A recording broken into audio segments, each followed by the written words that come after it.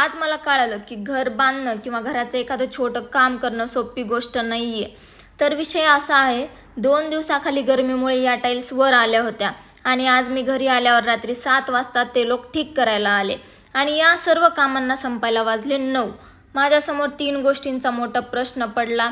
पहिली म्हणजे कामामुळे उडालेलं सिमेंट जे की पूर्ण घरभर पसरलं होतं. दुसरा जेवणाचा आणि तिसरा लवकर झोपण्याचा. मला तर माहीत होतं तिसरी गोष्ट तर आज शक्यच नाही आहे.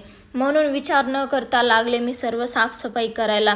दोन्ही रूम साफ करून झाल्यानंतर जिथे जिथे सिमेंट उडालं होतं ते सर्व सिमेंट साफ केलं आणि या सर्व कामांमध्ये खुशीचा रोल होता ऑब्झर्वेशनचा. एका कोपऱ्यामध्ये बसून सर्व कामे व्यवस्थित होत आहेत की नाही हे पाहत होती.